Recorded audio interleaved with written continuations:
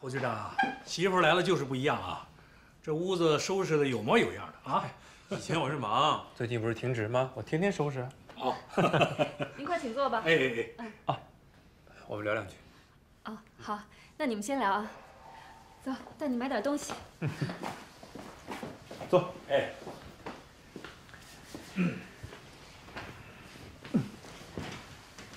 哎呀，怎么样？最近没收到什么东西吗？照片？你派人送的？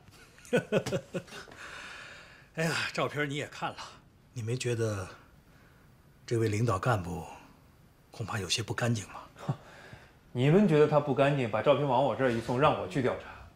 你们也不是不知道，这位领导是我老师，什么意思啊？侯局长，我不说，其实你也明白。提出来要对你立案审查的，正是你老师啊。这都是过去的事了。我把照片给他看了之后啊，他建议我调回北京。哦，还有这事儿？侯局长，我有个提议啊，这事儿你是不是和省委田国副书记汇报一下？有什么可汇报的？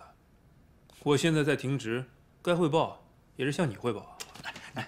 你是不是特别希望我能够调回北京，你就可以杀回反贪局了？侯良平，我在跟你谈正事呢，你开什么玩笑？随便聊聊嘛。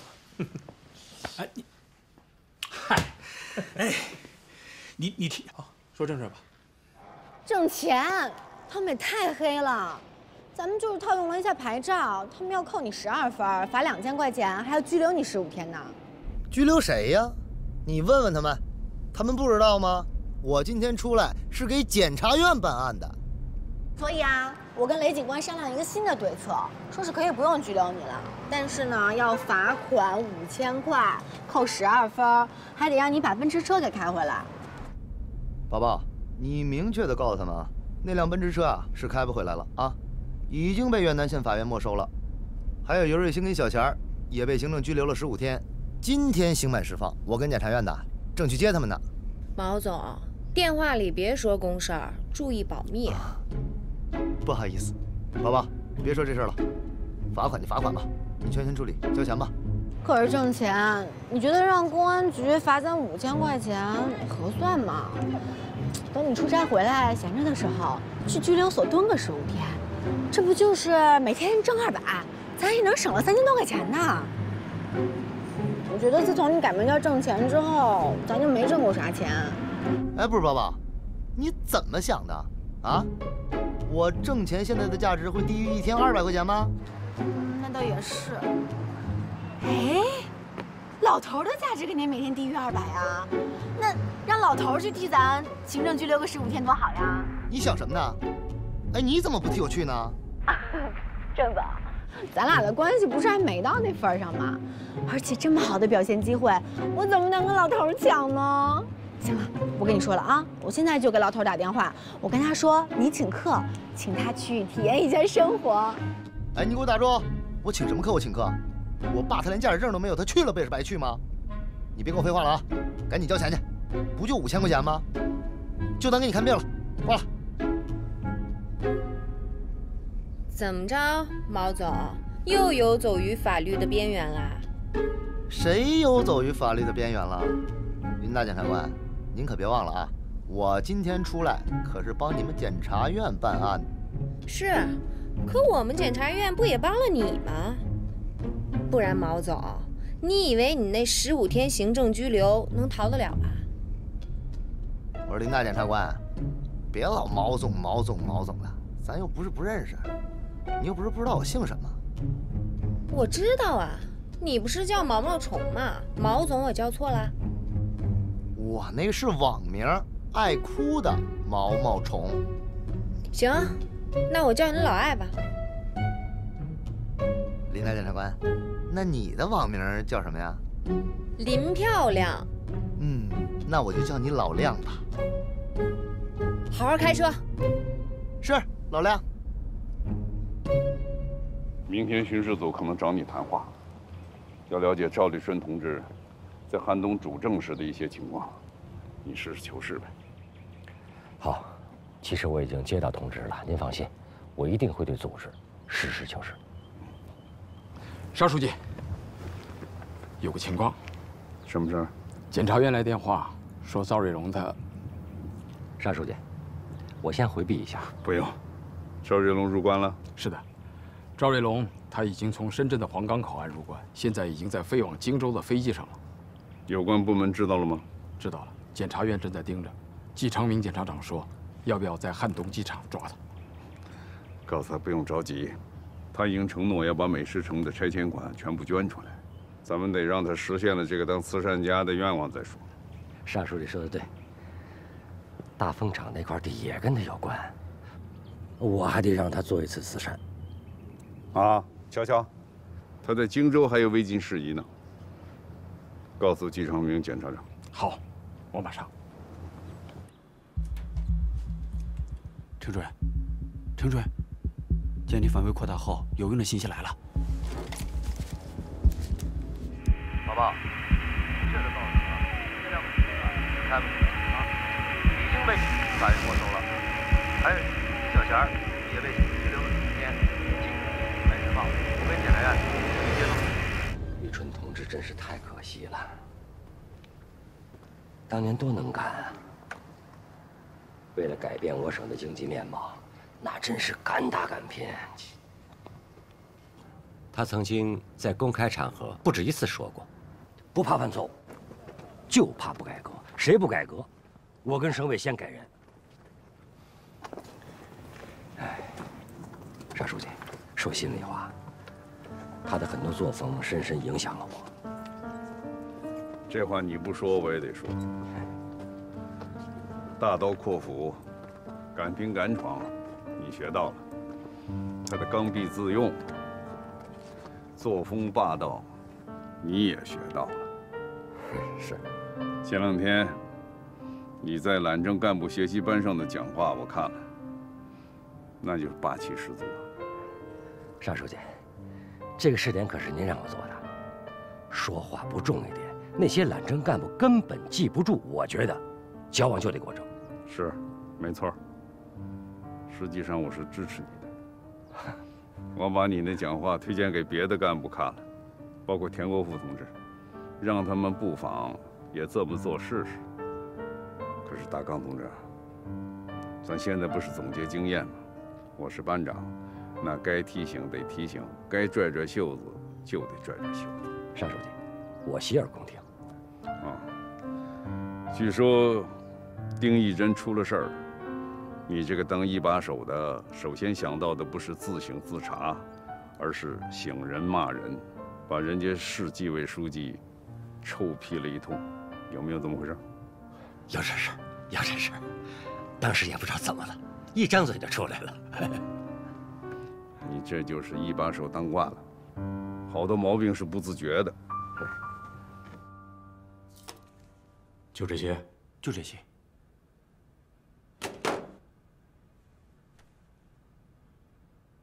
这个信息确实很有价值，但缺了最重要的一点：到底是哪家法院抓的人？郑乾他们又是去哪家拘留所接的人呢？是啊，程主任，之前因为信号干扰的原因，所以我们现在也在捕捉这个关键的信息。赶紧的吧，继续监听，一点都不能松懈。查到了消息，马上向我汇报。是。权力不受监督，事实上很危险。我不是说别人，说我自己。从县委书记到市委书记，我干了很多年，基本上是事情干一件成一件。我要不想干的事情，别人也干不成。下面有没有人反对我呢？有，但是很少，除非他不要乌纱帽了。同级的纪委、检察院都不敢监督我，也监督不了我。邵书记，其实我也有同感，在荆州市，谁也监督不了我。问题就在这儿，怎么办？要解决。是。我想像解决揽政问题一样，在你们荆州搞个试点，今天是慎重的征求你的意见。沙书记，您说。美食城一拆啊，月牙湖的污染源才算是彻底清除，真正还吕州老百姓一壶清水啊！赵家父子这次算是做了一回好事。反腐高压大势所趋，他不这么干行吗？过得了关吗？对了，田书记，赵玉龙一早打了个电话，说是月牙湖环保基金会成立，想请你和沙书记出席。我不知道该怎么跟他说。你呀，你先答应他，就说如果时间安排得开，我们都可以过去。最近社会上都在议论，说咱们这位前任省委书记有麻烦了，给老百姓造成了那么多的麻烦，他们自己还不该有点麻烦呢。田书记，你是专程为这事儿来的？啊不，那倒不是。赵立春有没有问题，到底有多大的问题，查处权限在中央，他儿子赵瑞龙呢归检察机关查，我也管不了。我今天来啊，就是想征求一下你的意见，想给你呢调换个岗位。给我换工作？是啊。先把易学习同志提上来，到你们荆州去做纪委书记，对你进行通缉监督。易学习当纪委书记，沙书记，他刚在吕州任代理事长没几天，马上就动，不合适吧？看来你对这位老搭档不太欢迎啊。我怎么能不欢迎老搭档呢？这次破格提拔的，我举双手赞成啊！我倒觉得他不会来。整个汉东地区，他最不愿意来的就是荆州。田书记啊，你们让我去荆州干什么？我这么些年都在吕州各区县四处转悠，摸爬滚打的，最熟悉的就是吕州。我好多工作才刚刚铺开，根本脱不开身呐。老易啊，你可是瑞金书记亲自点的将啊！田书记，请你一定转告瑞金书记，我这年岁也不小了，真心希望把剩下这点时间留在吕州的工作上，为吕州老百姓多干点实事。不是，到荆州做纪委书记也是干实事嘛。老易啊，你不是不知道，反腐倡廉关系到我们党的生死存亡，完善制度建设更是反腐的根本所在。不然的话，那贪官你是抓不完的，贪二代、贪三代，那会不断的出现的。是，像赵瑞龙这类人，就是典型的贪二代嘛。所以你就更应该认真的考虑一下省委和瑞金书记的意见嘛。田书记啊，就算是做纪委书记，我也不愿去荆州。怎么了？早年我做过李达康的班长，不好处嘛。当干部就得付出更多的辛劳，就得受更严格的约束。这话说起来容易，可做起来有阻力啊。你李达康同志就不愿意接受？沙书记，我不是这个意思，我就是弄不明白为什么是他，易学习，就得是易学习呀。你这个省会城市的市委书记，又是省委常委，工作作风又那么强悍，你说说，你会服谁？您觉得我会服他吗？易学习，你服不服他没关系。你们俩是老搭档吧？是。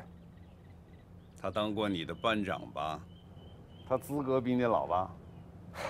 是。你对他会有应该的尊重吧？有什么不好说的？荆州也不是谁的山头，啊，也不是李达康书记的独立王国，所以你呀，你得把自己的心态啊放平嘛。田书记，你和省委都知道，人家李达康一直比我进步快，又是省委常委，长期身居高位。你说我这过去，哎，省委常委怎么了？就不受监督了？高处有高处的担当，高处也有高处的诱惑。职务的进步啊，并不必然带来领导干部思想的提纯和境界的提升。相反，会随权急，权重势大，更容易招来那些行贿者。老易啊，在山泉水清，出山泉水浊，这个道理你不懂吗？我懂。田书记，我想问你个问题。哎，问吧，我们今天就是同志间的谈心，随便问。算了，不问了，不问了。啊，你和沙书记都是我的伯乐，不问了。你看你这个同志，你怎么又不问了？来。哎，对伯乐你更应该襟怀坦白嘛，说。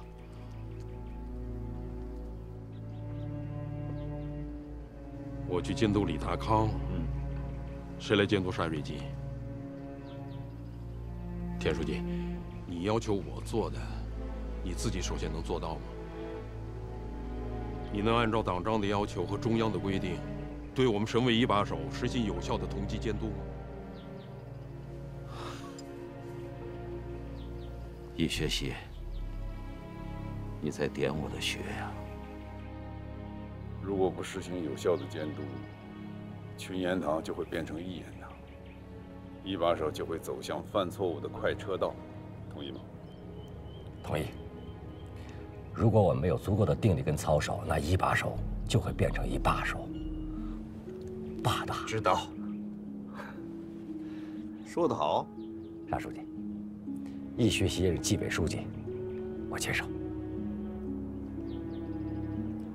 知道你会接受。好，我回答你。我作为省纪委书记，要求你和下级各级纪委做到的事情，我田国富必须首先带头做到。打铁还需自身硬啊！老易啊，我们的责任呢，就是在中央和省委的领导下，坚持党要管党、从严治党的原则，切实解决汉东省各地市各级党委自身存在的突出问题。你真的能做到？军中无懈。好，我服从组织的调动。哎呀，你这就对了嘛。我压力很大。咱们都一样。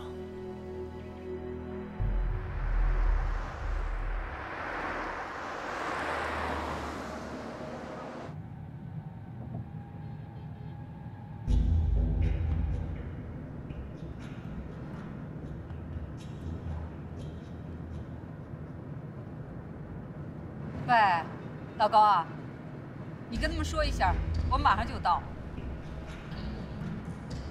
哎，好的，好的，好的，行，我知道了。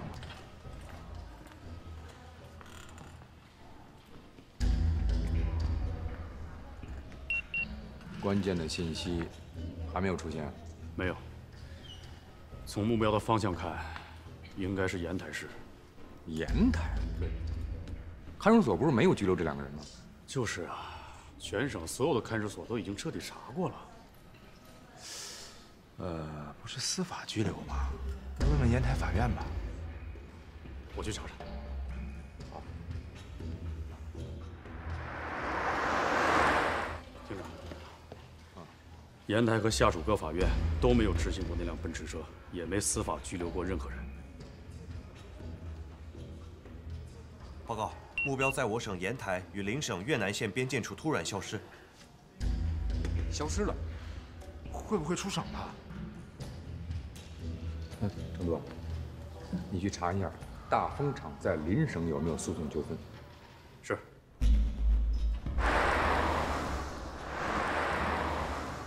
哎，老亮啊，叫谁老亮呢？林大检察官。你说我这趟出来帮你们检察院办案吧，是帮你们追车追人，对吧？那你说我那5000块钱罚款，你们检察院是不是也帮我报个销？你想什么呢？我们检察院凭什么给你报销啊？你那个奔驰车是我们检察院让你套的牌吗？是大风厂让的。我是帮他们卖车赚钱，哎，那我挣了赔了都得算他们的呀，对吧？对，就他们。好好开车。厅长，查到了，蔡成功跟越南的一家企业有诉讼，那辆奔驰车被越南法院给查封了，所以目标挣钱应该是去往越南线。你们好，法官，王法官，我来给你们介绍一下，这位是汉东人民检察院反贪局1处处长陆亦可，这位是侦查员林华华，来吧，进来吧。这位就是你们要找的郑乾。那个法官同志，你好，幸会啊！久仰。郑胜利，你到底来了？和我们法院执行局打了这么长时间游击战，你本事不小啊！二位法官，我想你们是误会了，我不是他们大风厂的，我顶多算个家属。那个他们的事儿啊，跟我没关系。跟你没关系，那司机和会计可都已经交代了，就是你的事儿。奔驰车是不是你做的套牌？也是你支持卖的吧？还有，在大龙山拆车厂抗法的也有你吧？还狡辩！郑胜利，该拘留的不是司机和会计，是你。小郑啊，妨碍司法执行，那可是犯法行为，记着，以后可别不把我们法院当回事儿啊！二位法官放心吧，小郑啊，通过这件事情，他一定会吸取教训的。怎么样？我们还是抓紧时间去看守所提人吧。对，抓紧。成，吴法官，那咱马上过去见那两个。好的。不过，他得留下，我马上去给他办个手续，妨碍司法执行，行政拘留15天。陆署长，危难之处显身手啊！程度，你确定到院南去接人的是郑乾吗？肯定是郑乾，我们一直盯着他呢。那个监听录音，你们不都听了吗？那个检察院的陆亦可他们会不会一路随行啊？这个应该不会吧？今天陆亦可的手机信号一直在荆州啊。齐厅长，要不这样，公安厅出面跟院南县看守所联系一下。哎，对，看守所归公安管，要不然让他们先把那个会计和司机给扣下来。恐怕来不及。外省联系起来需要一个过程。两位法官，郑胜利的确是有问题，但是案子重，时间紧，看对于郑胜利的处罚，能不能换种方式啊？对啊，比如罚款，像这种案例，应该法律规定罚1万元以下就行了吧？罚点钱算了。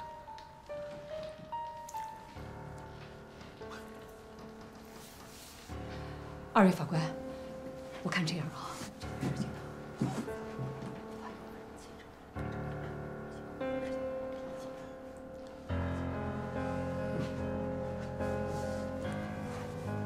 好吧，那就罚款2000吧。郑胜利，我们这可是看在检察院2位检察官的份上，饶你一次，你可要记住这次教训，以后不要再拿法律开玩笑。这教训很深刻，而且很惨重。这样，程度，组织警力，在省界设卡拦截。是。对，这样也好，接了人早晚得回来嘛。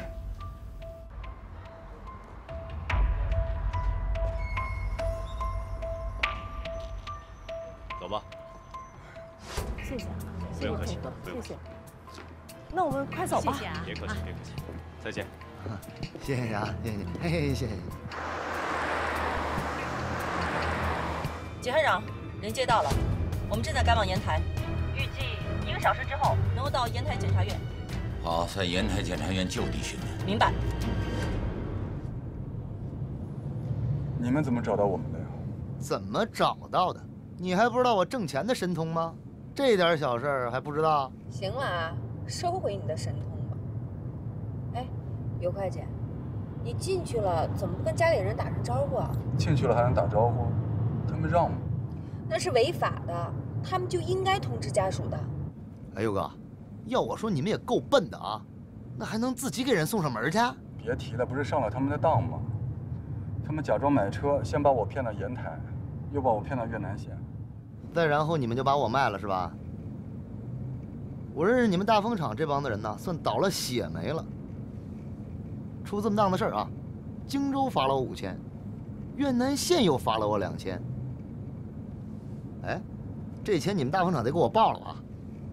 这事我管不了，这得问你爹，他是董事长。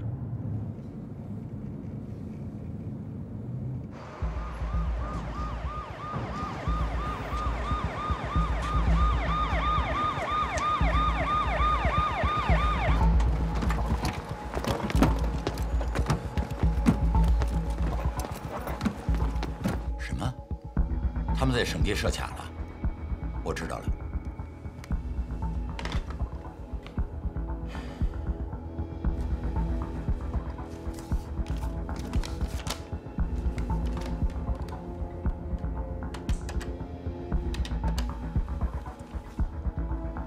喂，易可吗？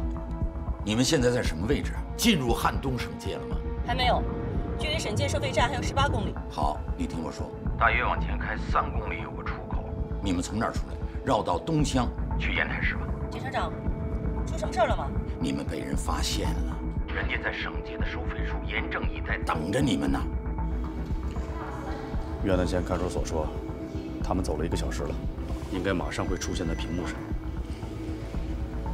不对呀，目标应该已经出现了。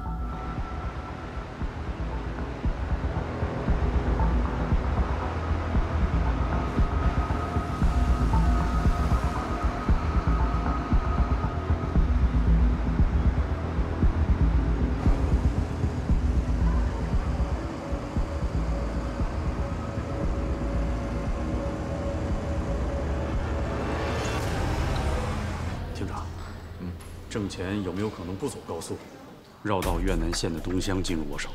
有可能。郑多，马上组织警力，在254省道设卡拦截，快！是。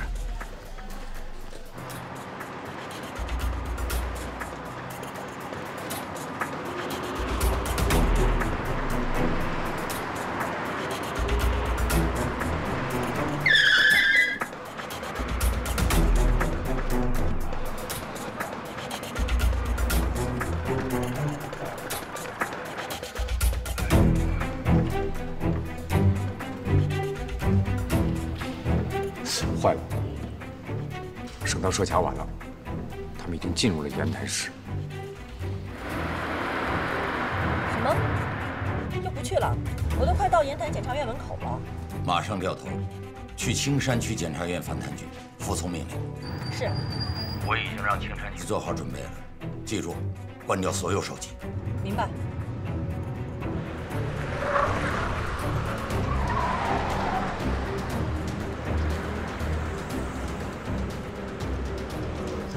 厅长，目标在烟台检察院门口消失了，应该是进了检察院。那行，去找老纪要人。我给他打电话。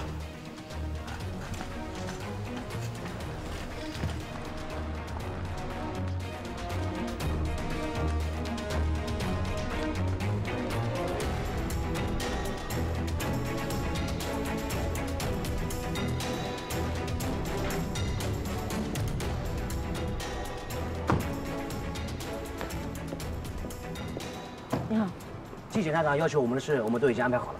好，好，叫他们下车吧。好。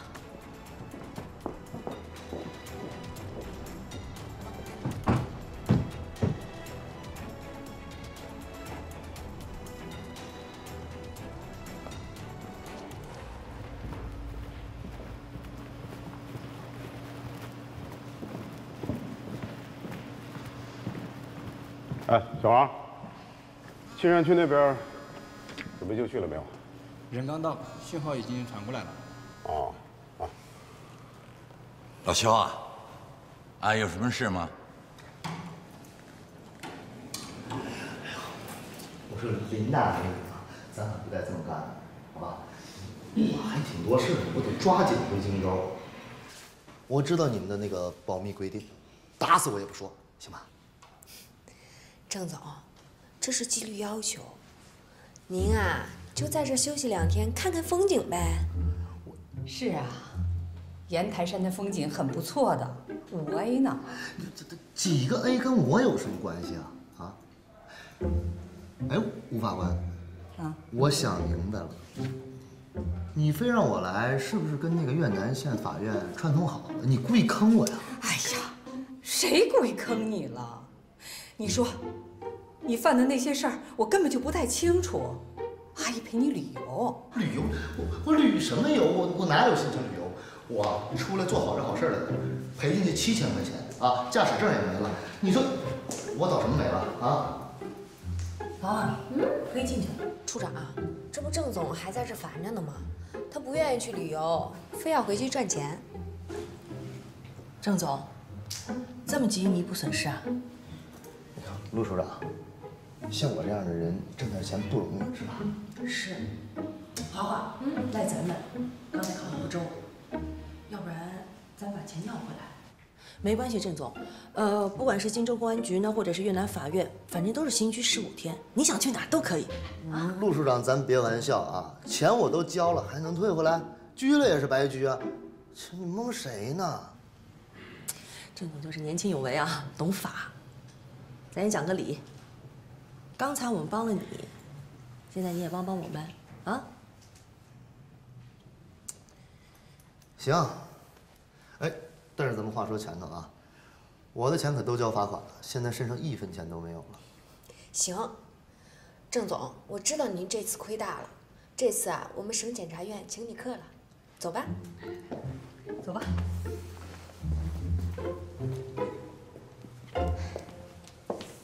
对，公安系统的同志提供的消息，那2个证人已经到了烟台市检察院了。好啊，老邱，你赶紧联系一下烟台检察院，了解一下情况。好的。这么说，季昌明也不值钱。难说，那个老家伙。这样吧，我给烟台检察院刘检察长打个电话吧。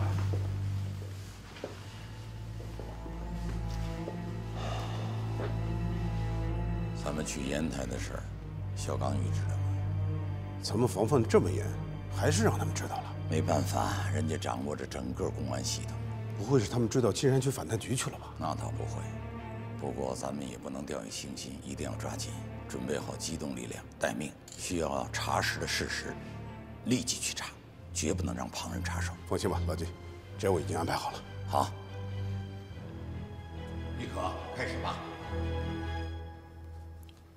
刘开姐，你跟蔡成功工作很多年了吧？快10年了，我是蔡总公开招聘进的大丰公司。那你对蔡成功以及大丰厂应该是很熟悉了吧？很了解。陆处长，我认为蔡成功他不是个什么骗子，因为他的每一笔账都公开透明。至于公司破产，那是经营上的失败，他并没有存心想坑过谁。那么我们来说说3年前，蔡成功从山水集团借资5000万，和丁义珍还有侯亮平组建煤炭公司这件事情，你清楚吗？清楚。临城工商局是我跑的，具体事情也是我做的。能不能具体的跟我们说一说？可以。2011年以前，全国的煤炭行业都非常好，恰好丁义珍副市长有个什么亲戚要转让一座小煤矿。好嘞，好嘞，老刘，谢谢啊，回头见，回头见。哎，那2个人根本没在烟台检察院啊。不可能啊！信号就是在他们检察院门口消失的呀。会不会是那个姓刘的检察长跟你撒谎呢？哎呀，不可能，不可能。这样，我派个人去趟烟台吧。这样啊。如果需要的话，给我电话，我让烟台刑侦的兄弟们帮助你。行。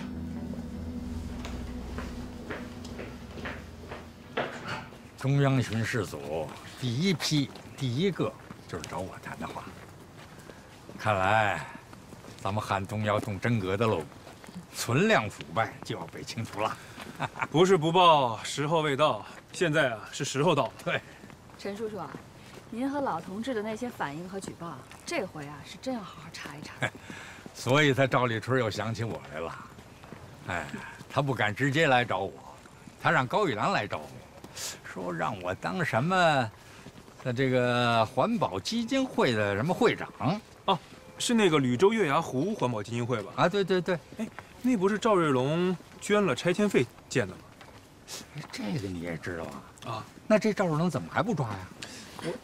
陈叔叔，你忘了，他已经被停职了。哎呦，你看我把这茬儿给忘了，哎，真是的。不过呀，马上就要真相大白了，哎。就那个吴法官呐，还真行。厅长，有没有另外一种可能？什么？这件事和省检察院没有任何关系，毕竟到越南接人的是挣钱。你什么意思？或许他们3个人把大风厂那辆奔驰车给卖丢了，怕大风厂的员工找他们算账，所以躲起来了，躲到烟台了。那么信号出现在烟台检察院，可能只是一种巧合。我让烟台刑侦的兄弟们查。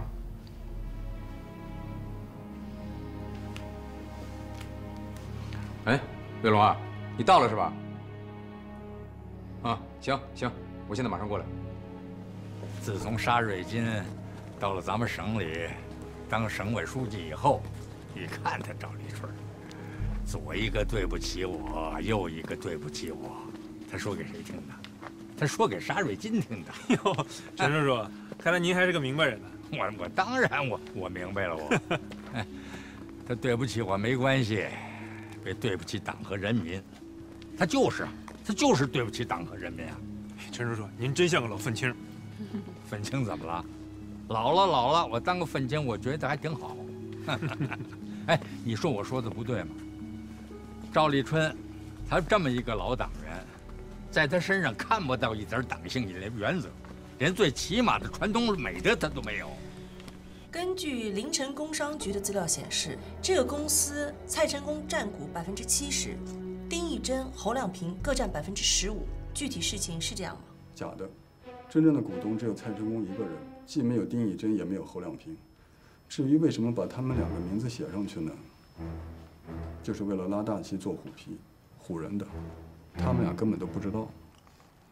既然是这样，侯亮平有没有拿过蔡成功的分红？没有，绝对没有。绝对有，我绝对给侯亮平分过红。请你再仔细想一想，是不是记错了？没记错啊，从2012到2014，3年我给侯亮平分过3次红，一次性40万，打到他民生银行的卡上了。一可，问他民生银行那张卡40万的事。刘会计，在2014年初，你是不是给侯亮平办过一张银行卡？你有没有往这张银行卡里面打过钱？我有时候也在想啊，这传统美德到底是丢在哪儿了呢？这现在人和人之间的关系啊，只剩下利益交换。丢哪儿了？有人说是改革给改丢的，我就不同意。我给侯亮平办银行卡，还往他卡里打钱，这怎么可能呢？这绝对不可能。刘会计，你再好好想想。我知道，侯亮平是你们反贪的局长，让我再想想啊。当时侯亮平在北京是吧？我既没有见过他本人，也没有用过他的身份证，我怎么帮他办卡呀？这完全不可能。但是根据我们掌握的证据显示，的确有这张卡的存在，请问你怎么解释？这个会不会是蔡成功直接给他办的呀？就是尤会计给侯亮平办的卡，我对我们公司的尤会计啊非常的信任，不管公款私款，我全交给他办。你们找的尤会计，不就调查清楚了吗？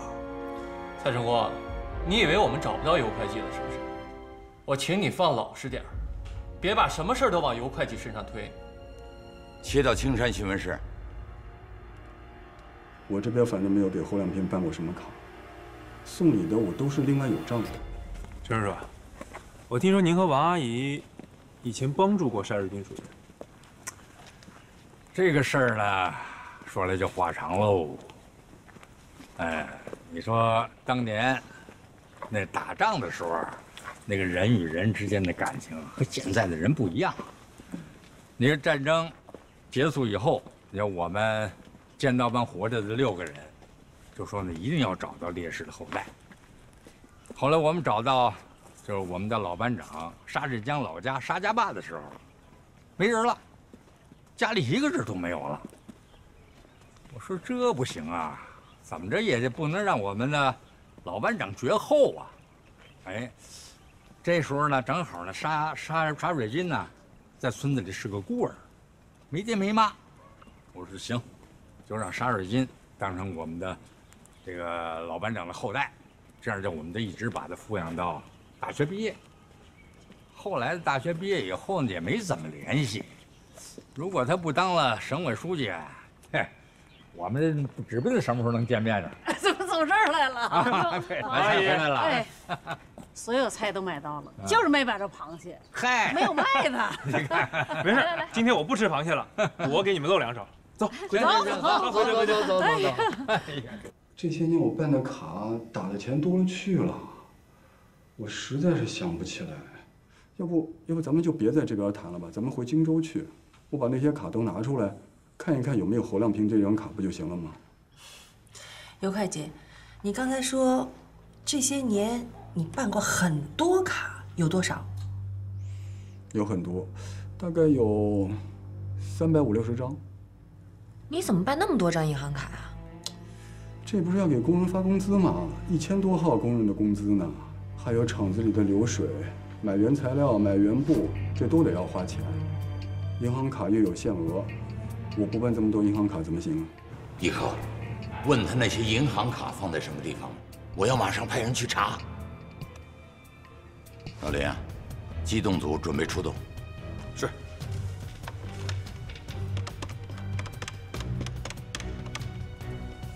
喂，机动组，马上出发，行动。这些银行卡现在在哪里？在建设路的一个出租屋里。为什么放在那里？这不是为了保密吗？能告诉我们那个地方的具体地址吗？建设路45号杠3。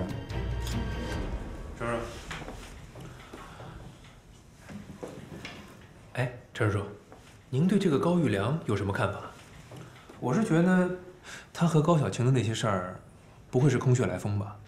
群众议论的这么多，不会都是没影子的事儿吧？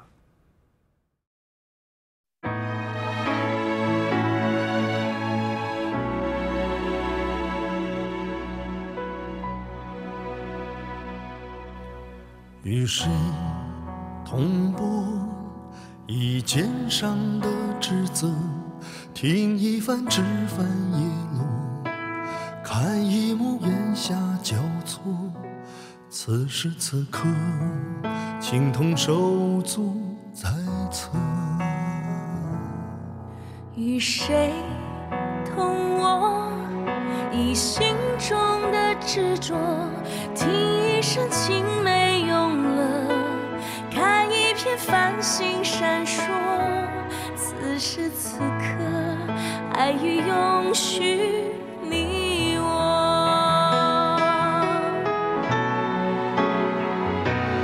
以人民的名义赋予你生命的尊严，奉献的权利。当所有万马奔腾，风摇升起，一口气直达心底，令人争气。以人民的名义托付你权杖的重量，勋章的意义。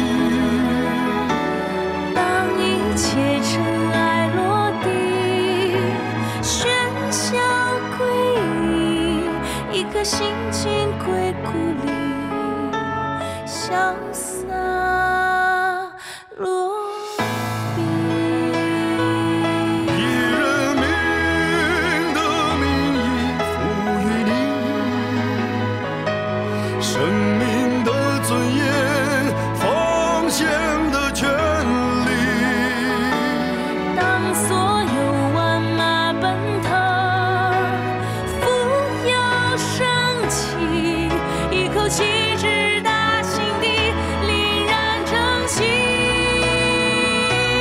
以人民的名义托付你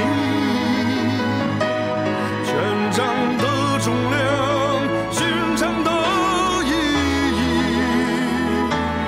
当一切尘埃落地，喧嚣归隐，一颗心情归